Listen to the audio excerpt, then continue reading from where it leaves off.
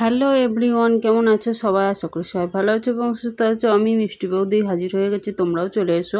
আর বন্ধুরা, দেখতে পাচ্ছ আমি এখন থেকে আমার ব্লগটা শুরু করলাম। এখন বাজে প্রায় 7:30। তো আমি আজকে শরীরটা ভীষণ খারাপ লাগছিল, তার জন্য বেলা পর্যন্ত একটু শুয়ে আছি। দেখতেই পাচ্ছ রোদ্দুর উঠে গেছে এদিকে।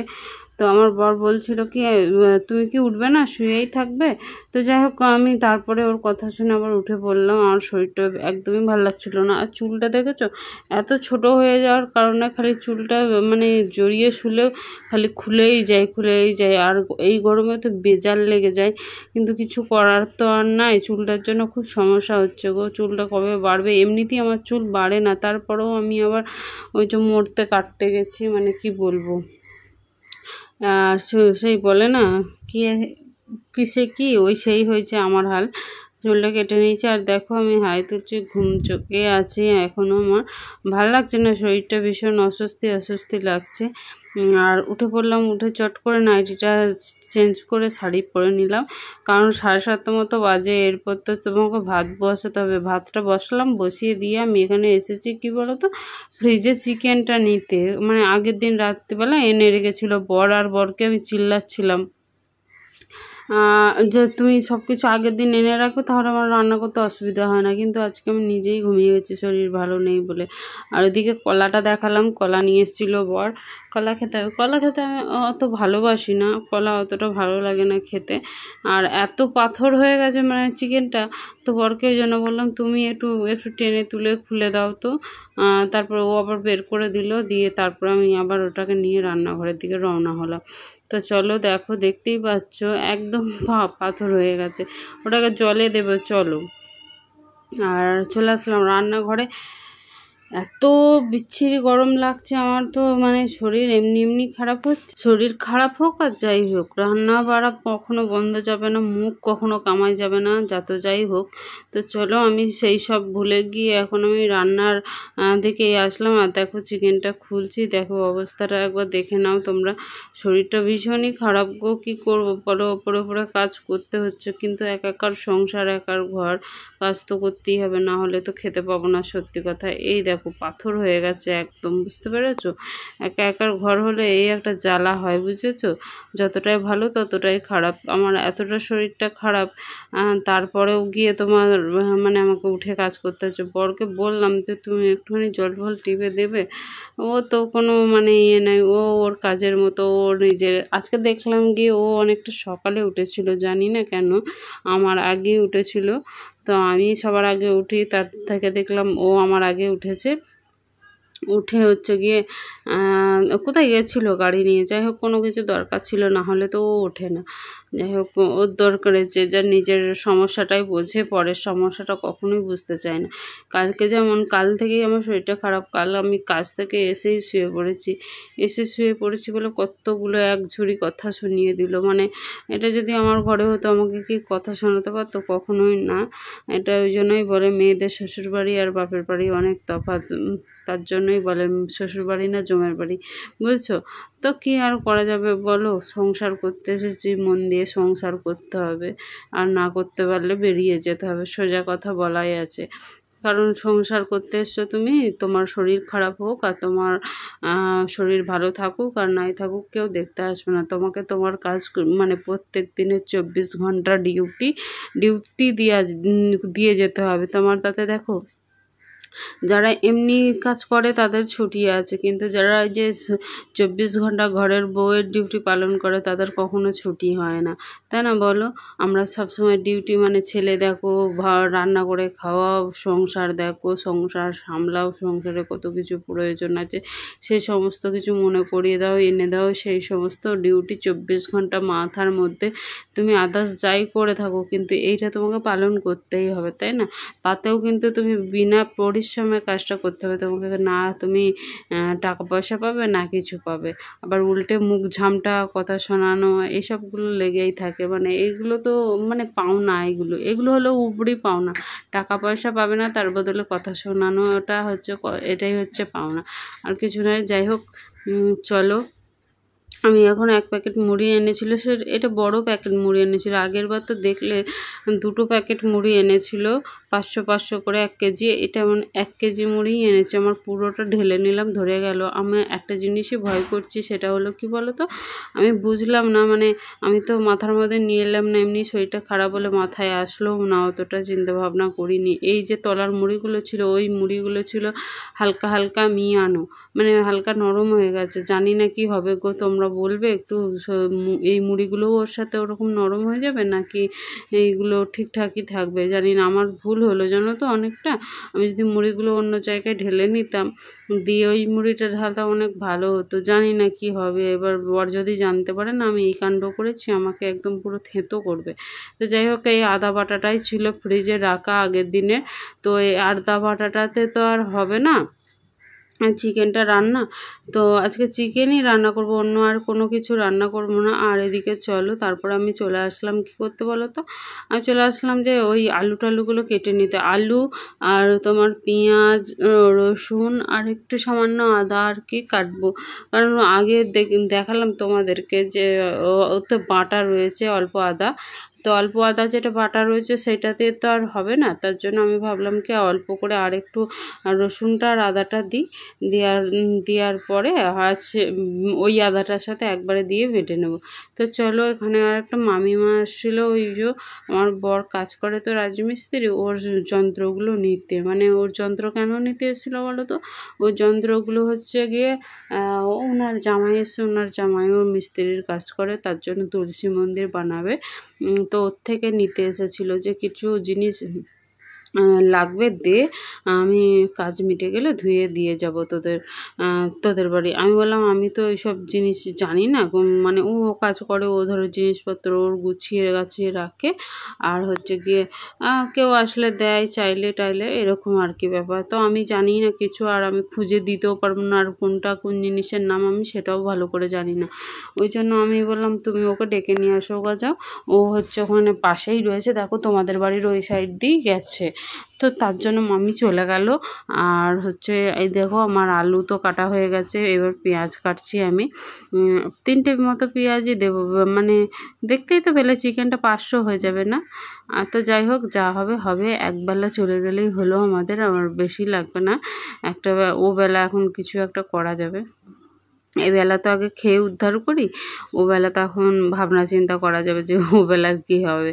আর মানে রান্না খাওয়ার চিন্তা করতে করতে মাথার মধ্যে একদম পাগল পাগল অবস্থা হয়ে থাকে সবসময় সারাক্ষণ। এই যে মিক্সির বাটিটা নিয়ে নিলাম, এর মধ্যে রাখছি কিন্তু না ধুয়ে কিন্তু বাটবো না, এটা ভেবো না কেউ। আমি নিয়ে নিলাম, হাতের কাছে রয়েছে বলে ওখানে নিয়ে নিলাম মিক্সির এটা, এতে ওর মধ্যে আর কি ছাড়িয়ে ছাড়িয়ে রেখে দিচ্ছি, দিয়ে দিচ্ছি যেটা যেটা লাগবে।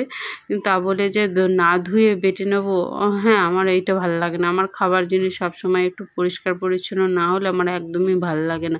আমি নিজেও তো খাবো, বলো যে নোংরা নোংরি করবো লোকে খাবে সেটা তো না, আমি নিজেও খাবো জিনিসটা। আর আমি যেই জিনিস বানাই বা জিনিসটা যে কাজটা করে, আমি একটু পরিষ্কার পরিচ্ছন্ন করারই চেষ্টা করি, যাতে করে না কেউ আসলেও সে কখনো বলে না যে কী অবস্থা। তো এর জন্য নিজের বিবেকটা কাজে লাগাতে হয়, যে ঘর দুয়ার একবার ফুল ফুটিয়ে রেখে দেবো, কুকুর ঠ্যাঙালেও ভাগবে না, সেই রকম অবস্থা করে কখনো আমি রাখি না। হ্যাঁ, আর ঘরে কিছু কিছু মানুষজন আছে ওই রকমই, মানে ব্যবহার করবে সেই জিনিস পরিষ্কার করবে না, কি আর করা যাবে বলো, সবাই তো আর এক হয় না। যাই হোক, চলে আসলাম। তারপর দেখো আলুগুলো নিয়ে আমি এখন আলুগুলো ধুতে, আর বালতি করে জল নিয়ে এসেছি। এসে তো এগুলো ধুতে হবে, যেহেতু আজকে একটাই রান্না করবো, একটু শাক ভাজলে হতো, কিন্তু আর আজকে আর ইচ্ছা করছে না যে অন্য কিছু আর রান্না করি। ওই যে বললাম শরীরটা ভালো লাগছে না, সেই জন্য মন মেজাজ, আর শরীর যদি ভালো থাকে না, সব থেকে না শরীর ভালো থাকলে মন মেজাজও ঠিক আস্তে আস্তে চেঞ্জ হতে থাকে, তাই না, অটোমেটিক চেঞ্জ হয়ে যাবে। কিন্তু যদি তোমার শরীরটাই খারাপ থাকে তাহলে কি আর কোনো জিনিস কোনো কিছু ভালো লাগবে, কোনো কিছুই ভালো লাগবে না। তো চলো, আমি এরপর হ্যাঁ, মানে অনেক তো বকে গেলাম। ভিডিওটা এডিট করার সময়ও আমার কষ্ট হচ্ছিল, মানে অনেকটা বকতে হয়েছে। তো গোটা ভিডিওটা আমি মানে ভয়েস রিমুভ করি। আসলে ভয়েস রিমুভ করতে অনেক কারণ আছে, বুঝেছো তো? তাই সেই জন্য আমি রিয়েল ভয়েসগুলো দিতে পারি না, না হলে আমার এত খাটনিটা হয় না। পরে গিয়ে এডিট করার সময় এত বকতে হয়, মানে একটা প্রেশার পড়ে, জানো তো? এটা আর মানে হয় না তাহলে। মানে চলো, কড়াইটা তো বসিয়ে দিলাম ফুল সামনে, একদম গ্যাসটা দিয়ে দিয়েছি। তারপরে গিয়ে তেলও দিয়েছি, হ্যাঁ তেলও দিয়ে দিয়েছি। কড়াইটা বেশ তেতে গেছে। আর এখানে চিকেনগুলো দেখতে পেয়েছো? চিকেনটা ভিজিয়ে রেখেছিলাম, ওই যে আস্তে আস্তে গলেই গলছে। আর আমি যেগুলো চিটিয়ে চিটিয়ে মানে একের সাথে একটা জুড়ে জুড়ে আছে, সেগুলো ছাড়িয়ে দিচ্ছি, দেখতেই পাচ্ছ। আর চিকেন না সবসময় একটু ভালো করেই ধুতে হয়। চিকেন বলো, মাটন বলো বা মাছ, এইসবগুলো সমস্ত কিছু যেই সব মানে আঁশের জিনিস আছে, মানে আস্তে আস্তে যে গন্ধ ছাড়ে, ওই জিনিসগুলো সবসময় না একটু ভালো করে ধুতে হয়। আর এই চিকেনের মধ্যে সে বুকরোর মাংসটার মধ্যে একটা মাংস থাকে না পাড়া, তো ওইটাকে আসলে সবসময় বেশি করে ফেলে ওই জায়গাগুলো পরিষ্কার করে রান্না বান্নার চেষ্টা করো সবাই। আর আমিও নিজেও করি। আমার ভাল লাগে না ওইগুলোকে একদম থাকলে মানে মাংসর মধ্যে যদি ওগুলো থাকে না, কেমন একটা লাগে, খেতেও ভালো লাগবে না, আর নিজেরও তরকারিটার দিকে আর কি কেমন লাগে। চলো, কড়াই তো তেতে গেছে। কড়াইয়ের মধ্যে এখন আমি আবার তেল দিয়ে দিচ্ছি, কারণ একবারেই তেলটা দিচ্ছি, দুবার করে দেবো না। আলুগুলো ভাজবো, আলুগুলো ভাজার পরে একবারে রান্নাটা করে নেব। আর আজকে আমি আবার মাথাটা ঘষলাম একটু। তো এত পরিমাণে মানে গরম করছে, কি বলবো তোমাদেরকে। আর ফ্যান তো এডিট করার সময় তো আর ফ্যান চালাতে পারি না, তো আরও প্রচণ্ড গরম লাগে। আর চলো, অনেক তো বকে নিয়েছি। এবার আর একবার আমি দেখছি মাংসগুলোকে ঘেটে ঘেটে ঠিকঠাক গলেছে কিনা, ঠিকঠাক আছে কিনা, এটাই আর কি দেখছি আমি করে করে, দেখতেই পাচ্ছ।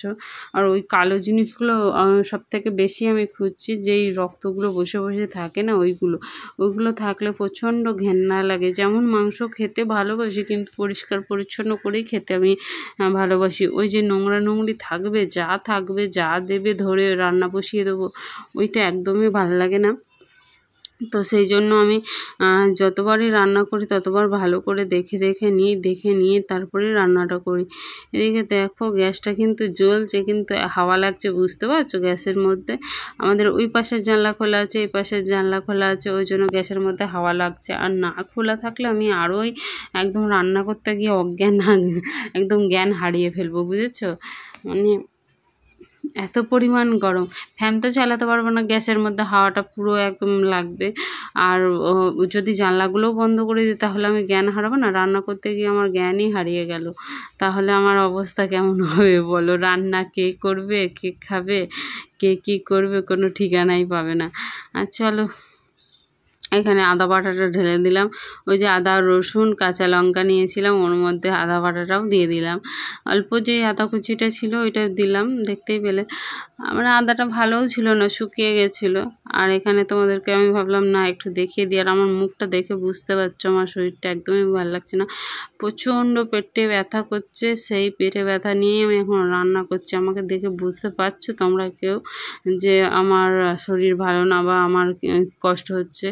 মুখটা দেখে হয়তো এই একবারের জন্য মনে হবে মুডটা অফ বা রাগ করেছি কারোর উপর। আসলে কারোর উপর রাগ করে নেই, সিরিয়াসলি মানে আমার পেটে প্রচণ্ড ব্যথা করছে, পেটে কোমরে, সেই জন্য আমার হচ্ছে গিয়ে এরকম অবস্থা। রান্না করাতেও ইচ্ছা করছে না, ঘুম থেকে উঠতে ইচ্ছা করছিল।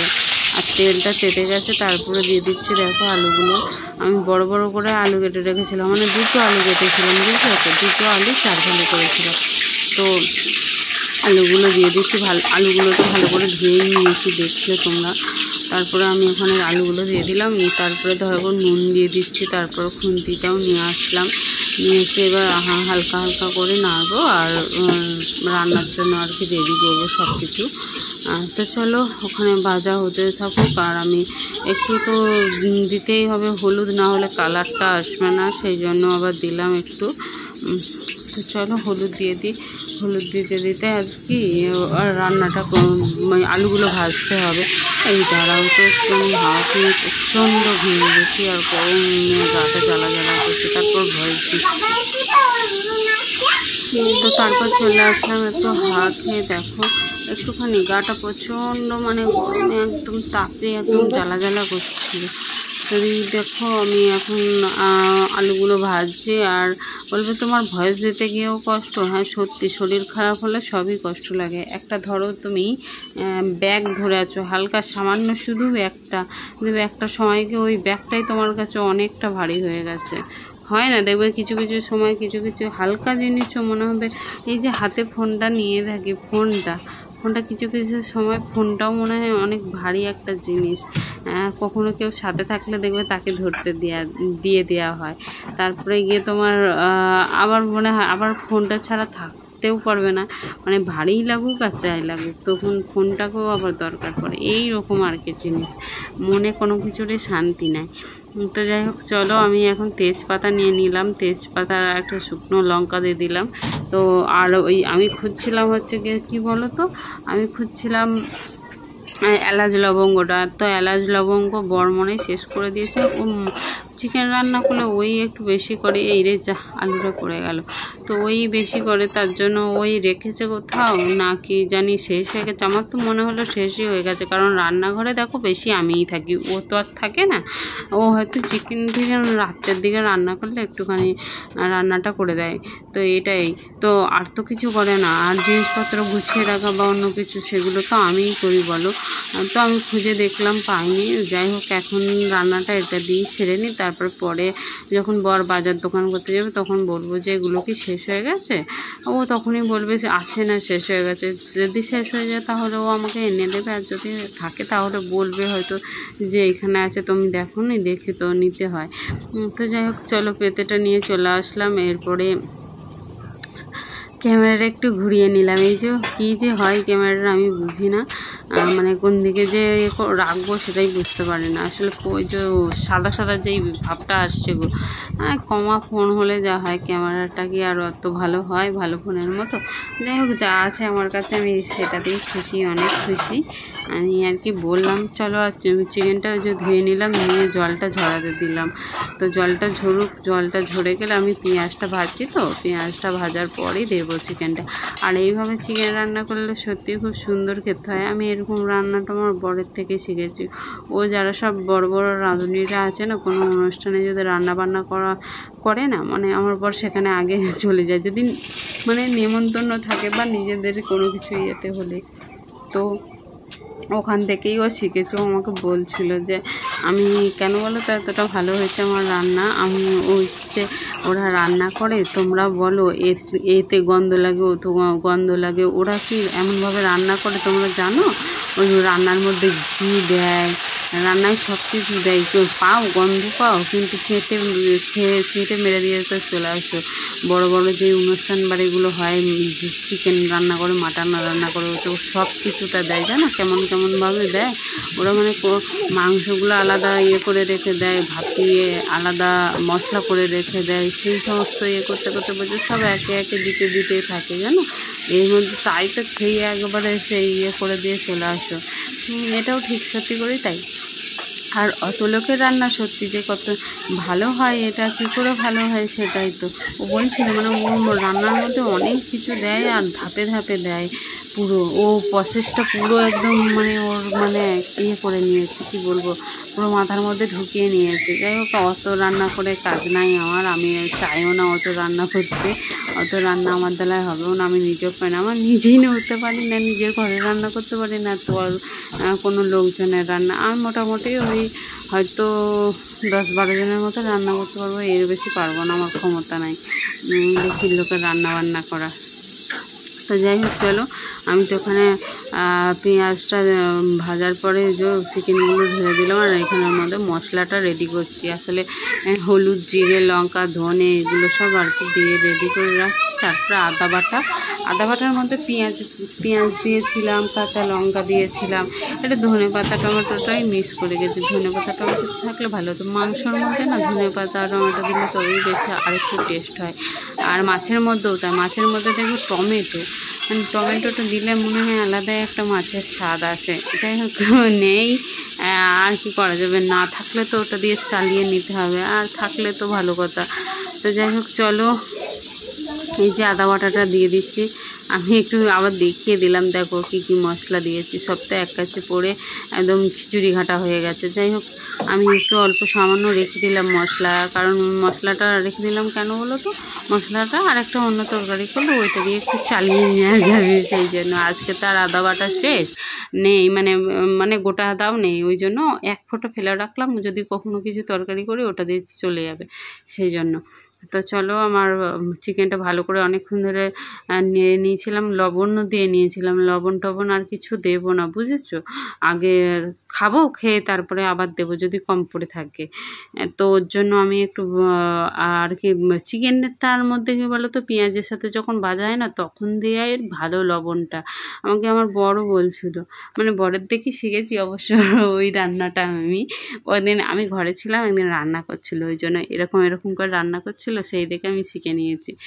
তো তার জন্যই মানে সত্যিই, তার আগে ভাবতাম যে মাংস যখন কষাবো তখন লবণটা দেবো, কিন্তু তখন লবণটা দিলে খুব একটা হয় না। কিন্তু পেঁয়াজ দিয়ে যখন আমি পেঁয়াজটা ভাজছি, পেঁয়াজটা ভাজার মুহূর্তে আমি যখন এই চিকেনটা ঢালছি কড়াইয়ের মধ্যে, তখন যেই লবণটা দিলে না, ওইটা পুরো একদম ওর সাথে পুরো হয়ে যায়, পুরো মেখে যায়, একদম মিক্সড হয়ে যায়। তো চলো, আমি মশলা টশলা সবই দিলাম, এবার আস্তে আস্তে করে কষাবো।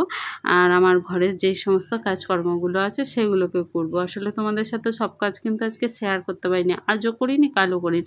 আর সমস্ত একই কাজ প্রতিদিন কত দেখাবো, যেটা রান্নাটা ধরো এক করি না কখনো, হয়তো এক রান্না 2 দিন পর হয় কি 3 দিন পর হয়, তাই না? পরশু দিন বোধহয় পোস্ত করেছিলাম, আর কি করেছিলাম, শাক, না কালকে বোধহয় পোস্ত করেছিলাম, শাক ভেজেছিলাম, আর বাসি মাছের তরকারি ছিল কাল, আর তার আগের দিন মাছ রান্না করেছিলাম।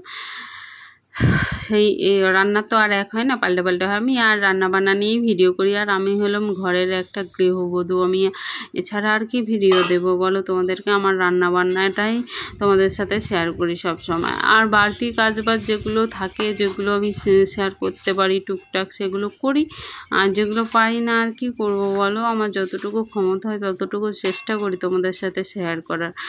এর থেকে বেশি কিছু আমার করার মতো আমার ক্ষমতা নেই, আমার সামর্থ্যও নেই যে বাইরে কোথাও যাব, গিয়ে ভিডিও শেয়ার করব তোমাদের সাথে, ভিডিও শ্যুট করে আসবো, সেই ক্ষমতা আমার টাকার দিক থেকেও নেই, টাকারও জোর নাই, আর আমার যাবার মতো পরিস্থিতিও নেই। কারণ পরিস্থিতি থাকবে কি করে তোমরাই বলো? টাকা পয়সা থাকলে তবেই যাওয়ার মতো পরিস্থিতি থাকে, টাকা থাকলে সব জমির দোয়ার পর্যন্ত যাওয়া যায়, তাই না? টাকা থাকলে বাঘের চোখও মেলে।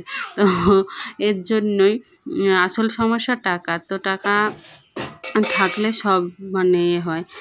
তো যাই হোক, চলো, আমার বেশি টাকারও প্রয়োজন নাই, আমার যেন ঠাকুরের কাছে আমি চাই সবসময় যেন আমার অভাব না থাকে, বা দিনটা চলে যায়, পার হয়ে যায়, তাহলেই হবে। আমার কোনো রকমের দিন যেন পার হয়ে যায়, তাহলেই হবে। আমার বেশি টাকারও দরকার নেই, আর বেশি কোনো কিছু জিনিসেরও আমার দরকার নেই।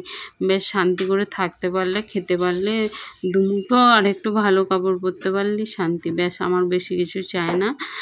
ঘরে টাকা পয়সা থাকলেই হয় না, ঘরে শান্তির প্রয়োজন আছে। ঘরে যদি শান্তি থাকে তাহলে সব থেকে তুমি সুখী মানুষ, বুঝেছো? যাদের ঘরে টাকা পয়সা একদম অভাব নাই কিন্তু শান্তি তাদের ঘরে আছে কি? কখনোই শান্তি নেই। আমার ঘরে ভাই, সত্যি কথা বলবো, গর্ব করে বলতে পারি, আমার ঘরে অনেক শান্তি আছে। আমরা খেতে পাই আর না পাই, আমার ঘরে অনেক শান্তি আছে। আর চলো, আমি তো অনেক বকলাম, এবার আমি বাসনগুলো ধোয়া মাজা ছিল কাল রাতে, তো ওইগুলো উপর দিয়ে দিলাম। আমি আজকে সকালে বাসন মাজিনি, জানো তো, আজকে সকালে বাসন ছিল না তাই মাজিনি, মানে রাতের বাসনটা রাতেই মেজে নিয়েছিলাম, অত শরীরটা খারাপ লাগছিল, দিয়ে আমি বুঝতে পেরেছিলাম আজকে আমি একটু কষ্ট করে মেজে নিই, কালকে মনে হয় উঠতেই পারবো না। আর সত্যিই তাই, দেখলে তো 7:30টার সময় ঘুম থেকে উঠলাম, উঠে বাসন মাজবো, ঘর মুছবো, মানে কোনটা চা খাবো, কোনটা করবো আর কোনটা করবো না করে বেড়াবো। তার জন্যই আমি বাসনটা ভাবনা চিন্তা করে বাসনটা মেজে রাখলে রাতের, তাহলে আমার কাজের চাপটা অনেকটাই কম থাকে। তখন ঘুম থেকে উঠে ধরো একটু ঘরটা ঝাঁট দিয়ে একটু মুছে কাপড় ফাপড় চেঞ্জ করে ভাত বসাতে পারবো।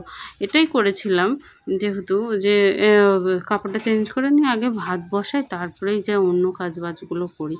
যাই হোক, চলো ফ্যানটা ঝরিয়ে নিই, আর অন্য কাজ তারপর করা যাবে। আমার হাতে না বড্ড ছাঁকা লাগছিল, ওই জন্য আমি কী করলাম বলো তো, ফ্যানটা একটু ঝরাতে গিয়ে আবার রেখে দিলাম, আর ওই গামলাটা নিয়ে গিয়ে তোমার ওর উপর দিয়ে আমি ফ্যানটা ঝরালাম, ওটাই ঝরালে খুব ভালো হয় আর কি, ওটা রাখতে পারি হাতটা, তাহলে আর সমস্যা হয় না।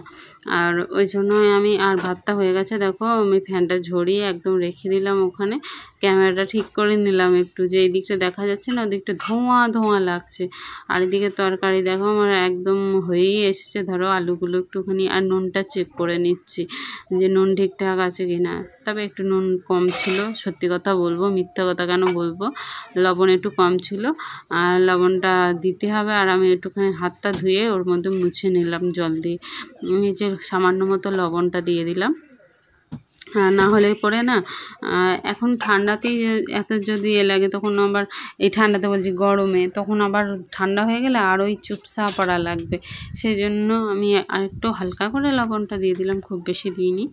আর আলুগুলো দু একটা গেলে দিলাম, তাহলে তরকারিটা একটু ঘন পাড়া হবে, তাহলে ভালো লাগবে। আর একটাই তরকারি একটু ভালো করে না হলে তো ভাত আমাদের খাওয়া হবে না না দুপুরবেলায়।